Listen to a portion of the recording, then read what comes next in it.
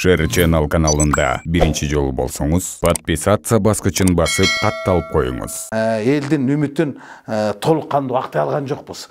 Жогорку кеңеште 120 депутаттын жүзүнө кылмыш ишин козгосолот. Кадырың кайтыш болуп кетсе, баркың банкрот болуп кетсе, же сүйлөгөн сөзүң жок болсо, сен келечекти жайлабадыңбы?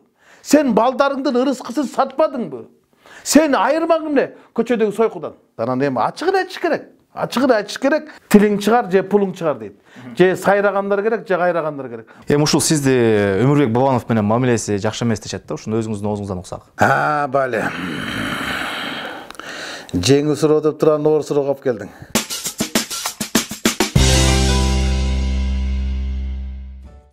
Саламатсыздарбы, урматтуу көрүүчүлөр. Бул Кофе Тайм программасы. Анын алып баруучусу мен Шергази Турдукулов. Биз бүгүн баарлаша турган инсан жогорку кеңештин депутаты Момбеков Рыскелди Чыныбекович. Ассаламу алейкум, агай. Ушундай бир убакытта биз менен баарлашууга макул болгондугуңузга биринчиден мен сизге ыраазычылык билдирип кетем.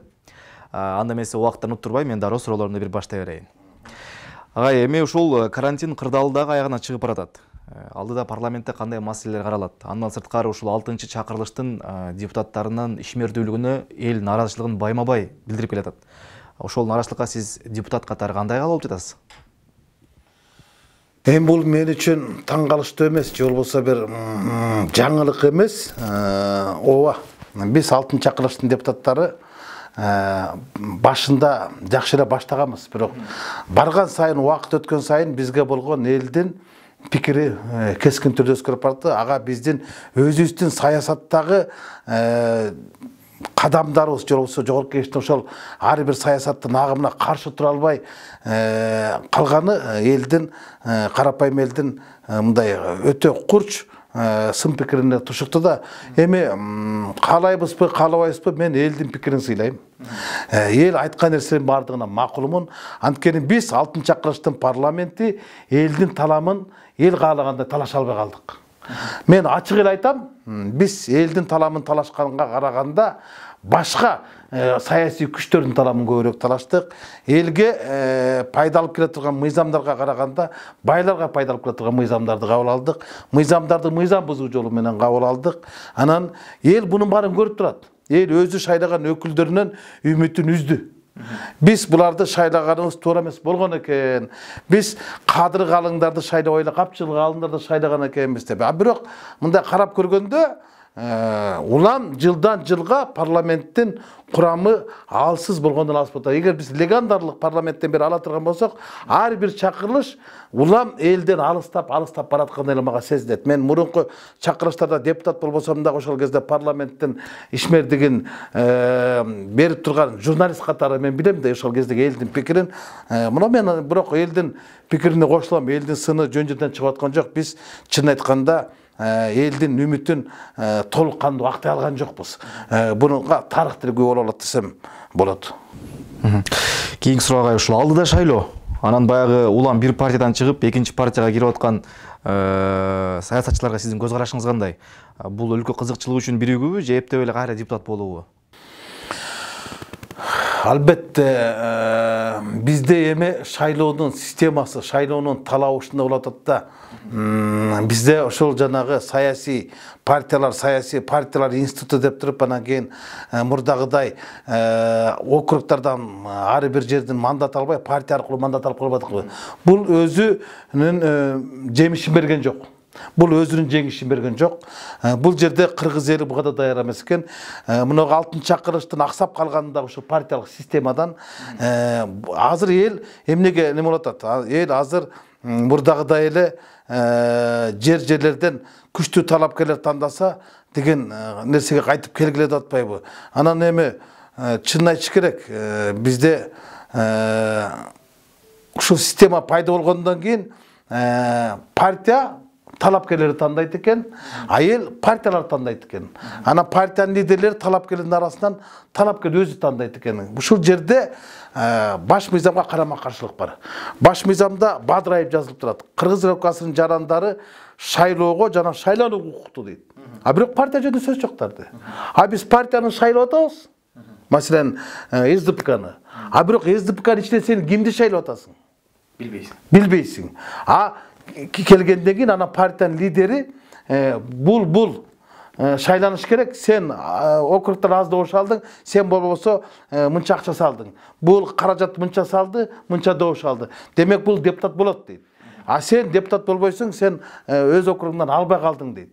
А бирок ошол талапкер мүмкүн башка округтардан алды. Может быть, ошол талапкер эч акчасы жок ал добуш алды. А тиги акча менен добуш алды. Кептин барып ушка келип атпайбы. Анан мындайда эмне үчүн бир партиядан бир партияга качып атат? Анткени ар бир партиянын өзү мүмкүнчүлүгү бар. Ошол мүмкүнчүлүгүнө жараша талапкерлерди тандайт. Анан эми ачыгын айтыш керек. Ачыгын айтыш керек. Азыр партияга кимдер кирет? Партия азыр биринчи кезекте капчыгы калымдарды тандайт. Анан анча-мынча кадыр калымдар тандайт. Же тилиң чыгар, же пулуң чыгар дейт. Же сайрагандар керек, же кайрагандар керек. Болду, башка жок. А башка жаштар, аялдар, же болбосо жазуучулар, акындар, сүрөтчүлөр сөз жок. Аларда сүйлөгөн сөзү, жан дүйнөсү, эл менен мекенчиликтерин канчалык күчтүү болсо дагы жак эми бизге добуш алыш керек, бизге ушундай көрсөтөт. Бул биздеги бүгүнкү күндөгү мыйзамдардын алешимдиги ушу да. Анан кийин албетте эми бир партиядан бир партияга өтөт. Мисалы азыр карап турсаң, кече республикадан, анан бир болдон, анан өнүгүүдөн, анан СДПКдан, эми СДПКдан болгондор биримдикке кетти. Анан кайта мекенин курулса да эмдиги жылы дагы бир адилет дейби, дагы бир партия менен бара берет да. Эл эмнеден тажап атат? Эл ушундай саясатчылардан тажап атат. Эл ушун үчүн элитага нааразы. Ошон үчүн бизге жанагындай жаманаттар коюлуп атат. Эл тажап калды ушул 200 эле киши бирде каласа өкмөткө барат. Өкмөттөн иштей албай койсо депутаттыкка барат. Депутатта иштеп туруп өкмөттү коркутуп кайта өкмөткө барат. Өкмөттөн жеп ичип соттолбойт. Кайта кол тийбестик алыш үчүн кайта жогорку кеңешке келет. Ушинтип эле жүрөт. Мына 30 жыл эгемендик алгандан бери бир 200 эле саясатчы ары бери жүрөт. Бирин серин жаштар кирет, кайта чыгып кетет. Же болбосо бир элчилик кызматтарга өтө зүңүп кетет. А мындай карап көрсөң, бизде муун алмашкан жок да. Биз муунга мүмкүнчүлүк бербей атабыз да. А негизги талап заман өзгөргөн сайын, бийлик дагы өзгөргөн сайын, адамдар дагы, анан кадамдар да өзгөрүш керек болчу да. А биз кадамдар өзгөрүп атат, бирок адамдар өзгөрбөй атпайбы? Баягы эле ошол эле колода, ошол эле карталар, ошол эле пландар, ошол эле кландар. Жок, атасы кетсе, баласы келет, баласы кетсе, келини келет, келини кетсе, бул келет. Эл эң ириде ушудан реформалардын жүрбөй жатканы дагы, биздеги мыйзамдардын баардыгын иштебей жатканы дагы ушулардан болуп атат. Анткени бизде бийлик алмашканы менен бийликтин адамдары алмашпай атат. Бизде жылдар алмашканы менен зымдар алмашкан жок да. Баягы эле адамдар, баягы эле көнгөн адат, баягы эле коррупция, баягы эле жемкорлук, баягы эле жекжаттык немелер, бул башка мамиле жок. Эми ушул сизди Өмүрбек Бабанов менен мамилеси жакшы эмес дешет да, ушуну өзүңүздүн оозуңуздан уксак. Шуну кимдир айтып жүрдү кайда? Мен Өмүрбек Токтогулович менен мамилем жапжашынакай. Биз экөөбүз кошуна айылданбыз. Атургай мен эжем ошол Өмүрбектердин кошунасында турмушка чыгып, биз кичинекейден таанышпыз. Анан Өмүрбек менен менин саясатта гана айрым бир кездерде көз карашым, эми ал албетте ал Республика партиясынан барды, мен СДПК партиясынан бардым, мен позицияда жүргөндө ал оппозицияда жүрдү, мен оппозицияда жүргөндө ал позицияда жүрдү. Болгону биз экөөбүздүн жолубуз карама каршы келип атты да. Анан ал өзү президенттикке койгондо мен анын атаандаш болгон, мен Сооронбай Шариповичтин командасында жүрдүм. Анан ушул өңүттөн алып караганда бирөө ойлошу мүмкүн, булар бири-бирин аябай жек көрөт, тиги деп чатак, мындай биз жердешпиз, мындай тууган болбосок дагы биз эми мен Кытай урустан болом, ал Саруудан болот. Анан мындай жолдоштук дагы, туугандык деле жакын мамилебиз бар. Биз ар дайым эле байланышып, жакшылык, жамандыктарды бири-бирибизге мындай жакында мамиле кылып келебиз. Саясий мамилелес көз караштарыбыз башка болгону менен жердештик, туугандык көз караштарыбыз жакшы эле. Эми Шадиев Америкада, Зилалиев камакта, Жумалиевдин иши тергөөдө. Деги эле ушул мыйзамсыз баю боюнча күрөш кандай жүрүп жатат? Бир жана кылмыш кодексинде бар да. эки аял алган же болбосо көп аялдуулук боюнчачы ошол мыйзамдын иштегенине 70 жылдан ашып кетиптир, бирок бир дагы соттолбоптур. 2 аял алган, 3 аял алган Кыргызстанда толтура да бардыгыбыз күбөбүз. А бирок ал мыйзам иштеген жок. Ошол мыйзамдын негизинде, кылмыш кодекс негизинде бир адам соттолгон жок. Анда анын мыйзамдын кереги бар беле. Мунагы мыйзамсыз баюу жөнүндө мыйзам бар. Да бул мыйзамдын талабы, ал каражатты кайдан тапты? Хан сарайды кайдан салды? Кымбат машина кайдан алды деп туруп, андай мыйзам менен иштете турган болсокчу, Кыргызстандагы бийликтеги адамдардын 80 болбосо дагы 70%-ын жоопко тартса болот. Өмүр бою мамлекеттик кызмат иштеп сен муну кайдан таптың? Муногу торговый центрди кайдан салдың? Муногу ресторанды, тойконаны кайдан таптың? Келинчегиң медсестра экен, кызың мугалим экен, мынча жан бар экен, айылда малың жок экен, 2 гектар жериң бар экен, ал жерге картошка айдасаң да монча болот, апийим айдасаң да мынча байбайсың деп жөнөйлүк койсо болот да. Эми муну мындай саясий атаандаштарга пайдаланыш үчүн эле пайдаланбаш керек да. Бул мыйзамды максаттуу иштете турган болсо, анда бюджетке эбегейс көп акча чөйсө болот. Анда Кыргызстанда кылмышкерлердин саны кыйла өсөт. Анткени биз бардыгыбыз билебиз. Кыргызстандын карапайым элдин бардыгы билет, кошунасын кантип байыганын кошунасы билет. Райондогу адамдардын кантип кызматка келип, кызмат аркылуу кантип байыганын бардыгы эле билет. Ал билбесе да кол алдындагылар билет да. Кол алдындагылар айтат да, мен ушул кызматка кириш үчүн же болбосо ушул кызмат киргенде монча миң бергем дейт. Ал билип турат. Анан кийин тиги жок, мен өз таманакы маңдай тери менен байдым дейт да. Сен таманакы маңдай териң ондай экен. Айтчы, сен кайдан алдың мынча миллион акчаны десек. Эми бул мыйзамдын кече башкы прокурор отчет бергенде айтып атпайбы? 19 кылмыш иши козголду. Дейт, 19 кылмыш иши козголду деген бул жок деген сөз да. 19 эл адам бар бекен мыйзамсыз байган. Жогорку кеңеште 120 депутаттын 100-үнө кылмыш ишин козголсо болот. Өкмөттөгү 100 адамдын 95-те кылмыш ишин козголду. Барып эле карабай, мына машинаны кайдан алдың? Прокуратурада иштегениңе 7 жыл болуптур. Но машинаң мынча экен, сен айлыгыңды кошкондо мынча, сен тамак ашың мынча, атаңдын пенсиясы мынча экен, но машина кайдан алдың? Коррупция болбосо, жемкорлук болбосо чыгат да. Анан бул мыйзамды мындай жөн эле баягы саясий курал катары пайдаланган, өзү тура эмес эми максатсыз байды деп ошол бийликке көз карашы түз эмес адамдарга колдонуп, анан бийликти иштеп аткан адем адамдарга колдонгон. Анан эң негизгиси ошол жанагы ушул мыйзамды иштете турган кишилердин өзүнөн башташ керек. Ошол каржы полициясында иштеген тергөөчүнүн машинасынан, туфлисинен башташ керек. Прокуратурада иштеген баланын саатынан башташ керек.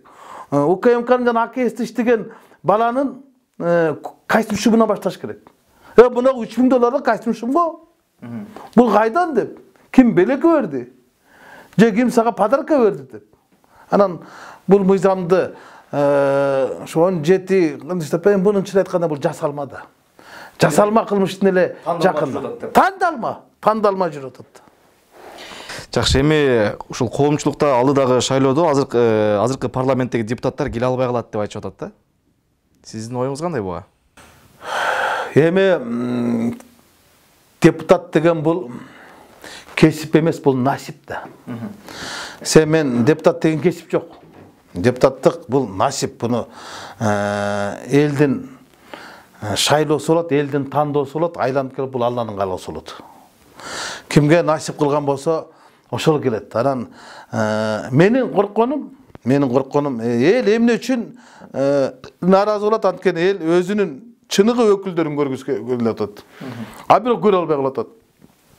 Ошон үчүн эл нааразы болот, анткени азыркы 6-чакырылыштын мен билгенден 80-90% кайра келгенге кызыктар.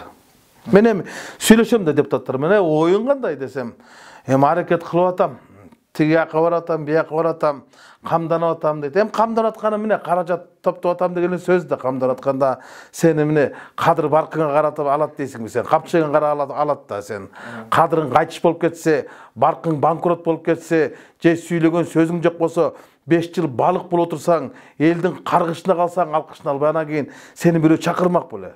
Ал барат дагы эшегин каккылайт, мына мен деген нонча бар. Мен костюмчумду кийип, галстугумду үтүктөп жатып берейин. 4-октябрда шайлоо болсо, ноябрда ант берүү азыр болуп калат. Ошого жакындан чалып коесуңар да дейт. Ал 400 миң, 500 миң долларды ошол партиянын фондуна которуп коет дагы, эл алдына чыкпайт ал. Анан жогорку кеңешке чыккандан трибунага чыкпайт ал. Ошол бойдон өкүлдөр. Ага мандат ал бир мындай кызматы үчүн бир мындай коргой турган гана курал катары эмот да. Депутаттык мандат деген бул чоң нерсе да. Чет өлкөгө чыгасың, анча-мынча салыкчылар басып келе албайт, анча-мынча укук коргоочулар тийише албайт, бул депутаттын немеси экен деп туруп, мындай өзүнүн бизнесин жүргүзгөнгө бир топ өбөлгө түшөт. Демек бизнести коргоо үчүн ыңгайлуу коргоо үчүн ошо жанагы кирешелерин арам жол менен тапкан кирешелерин дагы адалдаштырганга мүмкүнчүлүк түзүп берет. Анткени сен ошол фирмаң бар болсо, же болбосо ишканаң болсо, эми ал толтурат аялдарына каттап, бажаларына каттап, тууган туушкандарына каттап койгон. Бирок алардын баардыгын эле билет да. Бир-эки жолу баргандан кийин телефон чыгат да, бул кимдики дегенде, тиякта отурат го, билбейсиз, депутаттыкы дегенде, ошоңко деп туран болбойт тийишет. Анан бир-эки жолу телефон чыггандан кийин кереги эмне дейт да, мен өзүмө проблема істеп, буга проблема да, ошо бойдон каршы курток кояман болуп жүрө берет да. Анан мен дагы элден айланса болот да, эми эл көрдү. Азыркы шайлоодогу мүчүлүштүктөрдү эл өзүнүн күнөөсүн эл өзү да сезиш керек. Бардыгын бизге шылтап кое бериш керек. Эл эң чоң күнөөнү ушул 5 жыл мурун көтөргөн. Элдин бүгүн Кыргызстандагы эң авторитеттүү адамдар азыр эл. Карапайым эл. Азыр карапайым элдин алдына бүт партия лидерлери барат. Депутат болом дегендердин бардыгы чөгөлөп барат. Айланайын атаке, добушуңду бере сал деп. Ел ушундай кезде өзүнүн бийлигин, жан дүйнөсүндөгү жалгыз добушун анан кийин тандап туруп бериш керек да. Анан кийин берип алып туруп, анан кийин силер акмак экенсиңер, силер сен ала албадыңбы акчасын? 5000 сомун алып туруп анан шайлабадыңбы? Сен келечекти жайлабадыңбы? Сен балдарыңдын ырыскысын сатпадыңбы? Сен айырмаң эмне көчөдөгү сойкудан? Адамда карсан сатып атпайсың сен добушуңду. Алго бир күнгө сатып атат. Sen 5 жылга сатып атпайсың. Үйүңдөгү 5 добушту 5000 сомго сатып атпайсың. 5 жыл бою анан кийин какалып жатпайсың. Бизге карабайт, бизди ойлобойт деп. Анда сатпа. Акчасын ал дагы тескери сал.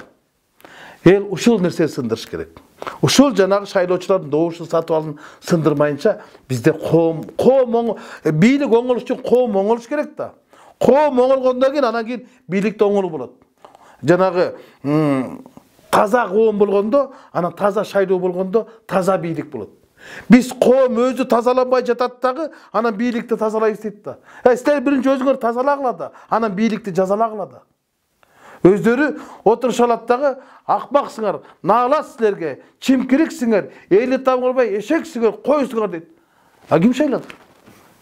Ким шайлады? Убагында ошол чайына барат, берчисин алат, концертин көрөт, кепкаларын кийип алып туруп кыдырып жүрөт, баланча эле баланча, деп отур. Анан кийин 5 жыл бою наалат айтып жатышат. Андай болбош керек да.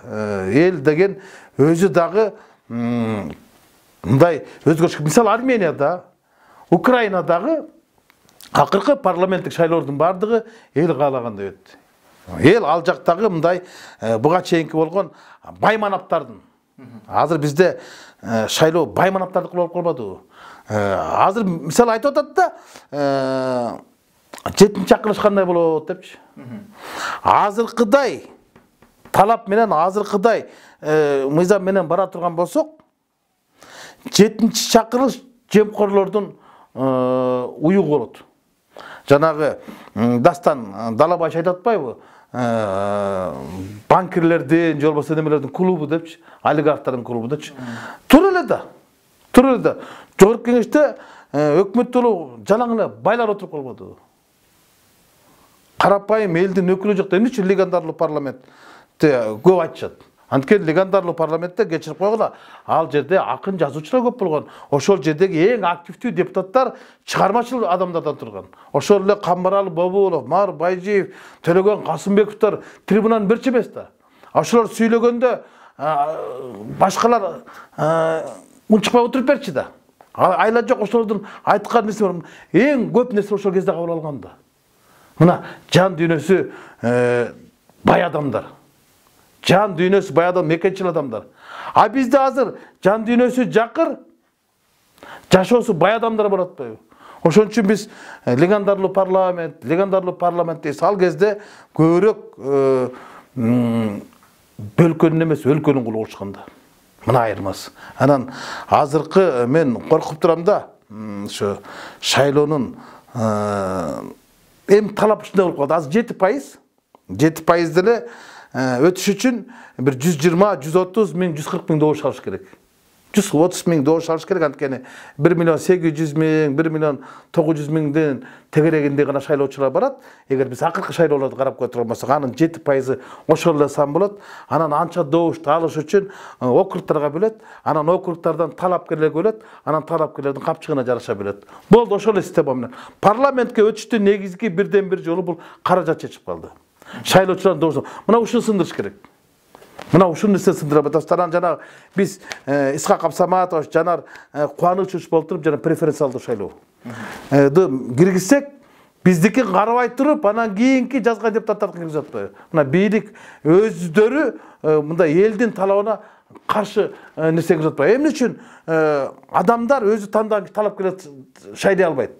Мисалы, партияны шайладыңбы, ошо партиянын ичинде кайсы талапкер, сен ошого добуш бергениңди айтып жазып кой. Ошондо эл билет, талапкерлер да билет. Элдин ошондо сен элдин элегин өткөн болосуң. Мына чыныгы шайлоо ошол болот. А бизге болсо автобуска добуш берип атабыз. Автобустун ичинде ким бар экенин билбей атпайбызбы? Автобуска добуш берген автобустун ичинде жалаң элдин талабын талаша турган жакшы адамдар отур дейт. Анан эшигин ачсап түшсө эле жана элден Кудайдан жөө качкан бар түшүп келатат да.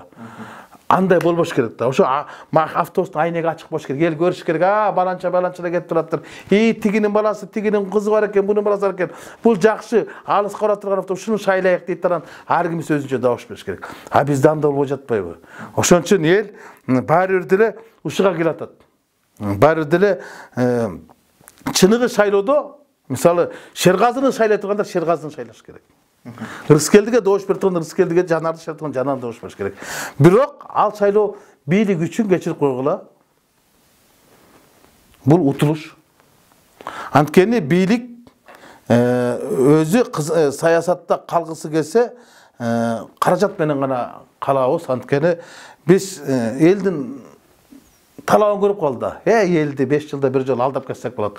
Мурунку шайлоодо 1000ден берсек, азыр 2000, 5000ден берсек, айла жок добуш берет дейт да. Мына ошого камданып атат.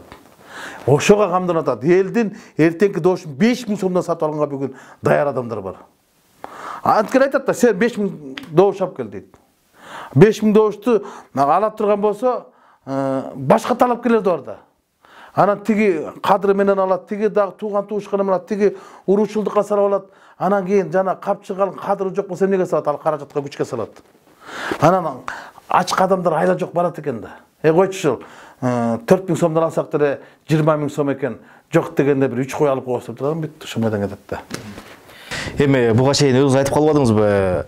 Ошол шайлоого келет, чыгып эл алдына чыгып сүйлөбөйт, трибунага чыкпайт деп. Бизде 120 депутат бар, ошол кесиптештериңиздин баарын сиз өзүңүз тааныйсызбы? Айтайын дегеним, мисалы, коомчулук анын баарын тааныбайт да. 120 депутаттын баардыгын тааныбайт. Бир 20-30-ун таанышы мүмкүн. Мен алардын атын атаганым туура эмес болуп калат. Мен көбүнчө эл кыдырам да, ошо аймактарды эң эле көп кыдырган мен болмош керек ошол. Элге жакын болгондо жакшы көрөм. Эл арасында жүрүп, элдин көйгөйүн угуп, анан ошого көңүл бөлгөндү, анан ошол маселени көтөргөндү, чечкенге эми эл өкүлүктүндө болуш керек. Анан мен эми айтсам кээ бирлер таанып калышкан, бирок чындыкты баары айтып коюш керек да. Кээде менен кошулуп башка бир депутаттар да чыгып калса, акырын келип сурашат да, мунуу да депутатпы деп, ушундай депутат барбы дейт. Анан бар бул деген, бул партиядан дегенсек, биз биринчи көрүп атабыз. Бул сүйлөйбү дейт. Анан кийин сүйлөп калат, көрбөйсүз калат. Эми комитет деген бар, фракция деген бар. Жалпы палатада сүйлөсө да комитеттерде сүйлөйт. Таза сүйлөсө мында коридордо сүйлөйт, чай ичип аткан жерлерде сүйлөйт. Мындай саясий немеси жок болсо дагы башка жерде сүйлөйт десең деп калышат да. Анан чында эле такыр сүйлөгөн депутаттар деле бар да. Мен кээде көрбөй деле калам. Бирок кээде көрүп калам, ушу Кыргыз Республикасынын жогорку кеңешинин делегациясы бул жакта болду. Анан делегациянын курамында баланча депутаттар болсо, мен бунун качан мага коруп калдычы. Жогорку кеңештен көрбөйсүң, бирок немеден, интернеттен, кабарлардан көрүп каласың, ушул жакта барыптыр депчи. Жакшы, кийинки сурообуз бир аз саясаттан алыстап туралычы. Бир 5 мүнөт убакытка. Негизи эле ушул үйдөн кетмейин, күрөк кармап мындай чарбалык иштерди жасаганга сиздин убактыңыз болобу? Карантин жок болот. Мен эми эшигималда кичинекей эле жер да. Жылда ушул жерге бир аз помидор, болгарский перец, бадыраң, клубника, кулпунай, савис егип коюштардан ошодон рахат аласың. Жок дегенде сен эми белорок менен чөп чапкың келет. Ушунчалык сагындым чөп чапкандычы. Чалгыны чыңаганды, анан чалгыны чапканды, аны туткасын сууга салып, сыгып байлаганды. Анан азыр мындай автомат менен чаап калбадыңбы? Электрический чалгы менен чаап калбадыңбы? Адан рахат албайсың. Биз ушу сагынасың. Анан кетмен чапканда сагынып калат экенсиң. Анан ошо кетмен чапканда сагынып калганда ошо жа кичинекей помидордун түбүн бошотуп, анан суугарып, сен рахат аласың да. Анан эми кичинекей жер да, бирок айылдагыдай болуп туруп, айылдагы жумуштар сагынат экенсиң. Чоң анда бир 20 соток картошкалар бар, огороддо ошолордун баардыгын кол менен чабып чыкчубуз да. Андай жумуш жок, бирок мындай тегерек чекени суугарып, алма бакты карап, жер жемиштерди чапканга мүмкүнчүлүк бар.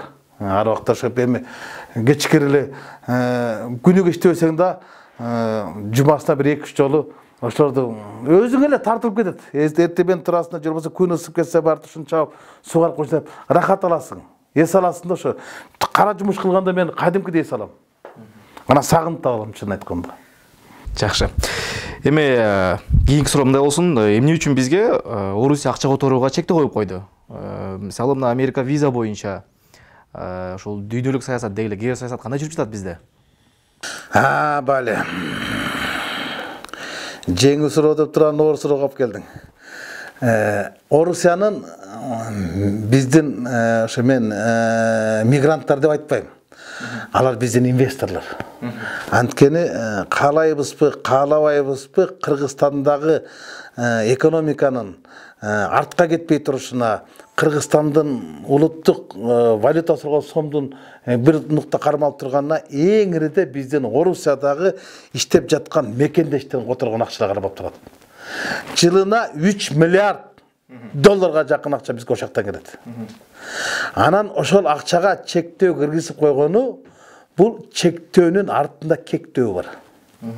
Бул жөн эле чектеп койгон жок, бир нерсени кектеп койду. Демек биз Орусиянын кайсы бир таламдарын аткарбай жаткандыгыбыз үчүн чектөө катары ушундый. Эмне үчүн Тажикстан кандай кирген жок, эмне үчүн Казакстан, эмне үчүн Өзбекстан кирген, эмне үчүн Кыргызстанга киргенде силер 100 миңден ашык отурбагыла.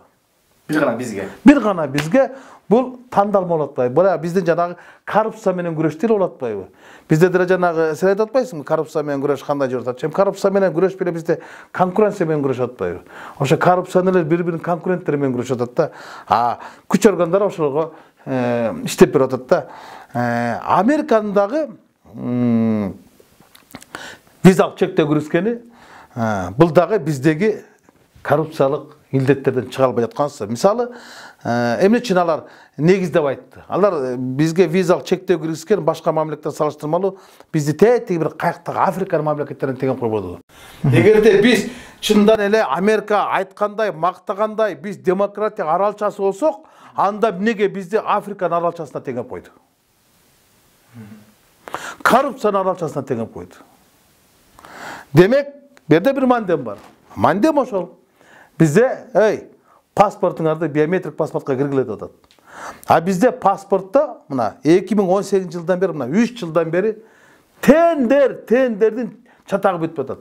Мына коррупция. Ошо паспорттағы коррупцияны айынан Улуттук коопсуздук кызматынын башчысы Идрис Кадыркулов кетти. Алина Шайыкова кетти. Алина Шайыкованын 3 орунбасарын барды камалып кетти. Айыпталып кетти. Анан жаңысы келди, булар жаңы өткөргөн тендерди эле кайта эле жаңжар болуп атат. Бунун баардыгы эле мына эми булар Америкага 6 айга чектеген. 31 январдан 31 июнга чейин болуш керек мен билгенден. Андан кийин дагы улантыш мүмкүн. Алар айтат, биометрик паспорт аркылуу баардык дүйнөнүн талабына силер дагы баш ийгиле дагы жараныңарды биометрик паспорт менен камсыз да, пожалуйста, келип кете бергиле. Биздин каршылык жок дедат. А бирок бул чектөөнүн артында чоң саясат бар да. Эмне үчүн тандалмагып турду? Эмне үчүн башка мамлекеттерге узартып берип атат? Ошол жана чектөөлөрдү жок, биз силерге мүмкүнчүлүк беребиз дагычы. Эмне үчүн башка мамлекетте кээ-бирлерине жардам берип атат? Ме силер банкноттук фабрика ачып алганда өзүңөрдүн паспортуңарды өзүңөр баскыла. Же биз силерге ошону жардам берели депчи. Жок, бизге эме атат. Бунун бардыгы биздин тышкы саясаттын тың эмес жүрүп жатканынан кабар берет. Эми ушул Рыскел Чыныбекович бизге бөлүнгөн убакыттагы соңуна чыгып баратат экен. Сизге мен бербей калган суроо. Мага эмне суроо берген жоксуң? Мага бүгүнкү күндө берилбей калган суроо бул коронавирус. Анан вирустан келип чыккан минус. Эртеңки күнүбүз эмне болот деп, элдин эң негизги бүгүнкү суроосу эртеңкибиз эмне болот деп элеңдеп турат. Вирус бүтөт. Анан минус кирет. Минус киргенден кийин биз минустан кантип чыгабыз депчи. Менин кооптонгондо ушул. Мен элге айта албай атам. Бир гана кыйын кырдаалга туш келдик. Шу вирустан аман-эсен чыккан күндө дагы биз минустарга киребиз. Мындан дагы оор шарт. Кырдаал ooрлойт. Мисалы, өкмөт башы өзү деле айта албады, кийин оңдоду. Пенсия пособиялары мөөнөтүндө берилбей калышы мүмкүн депчи. Мен андан да коркконум бул токтогулсуз актарча суунун аздыгы. Эгерде быйылкы жылы күндүн ысыктыгы же болбосо мөңгүлөрдүн эрип түшү токтогулсуз актарча кирген суунун көлөмү жылдага салыштырмалуу аз боло турган болсо, анда күзүндө, кышында бизде электр энергиясына болгон чектөөлөр же болбосо өчүрүүлөр пайда болуп калышы мүмкүн.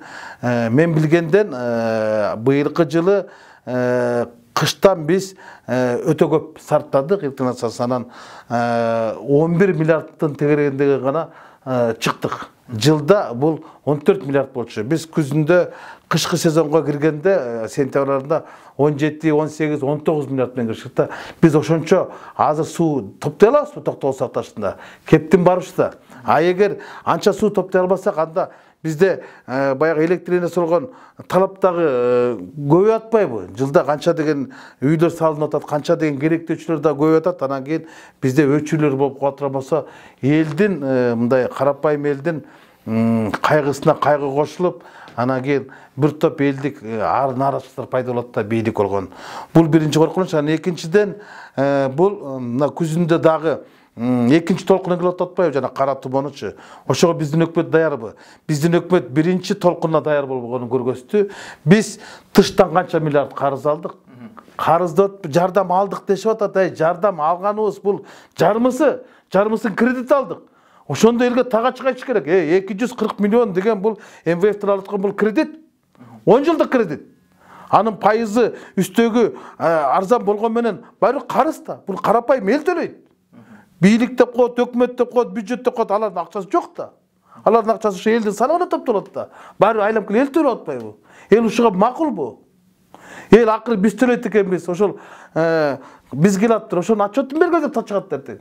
Эмне кылып пайдаландыңар, эмне кылдыңар, канча оорулуу чыкты, канча акча кетти. Мына бүгүнкү күндө жанагы түптөгү, жете күздөгү, кечеги Акталадагы майда барат акциялардын бардыгы бул эмнени билдирет? Бул деген бир оор кырдаалдар келип атканын билет.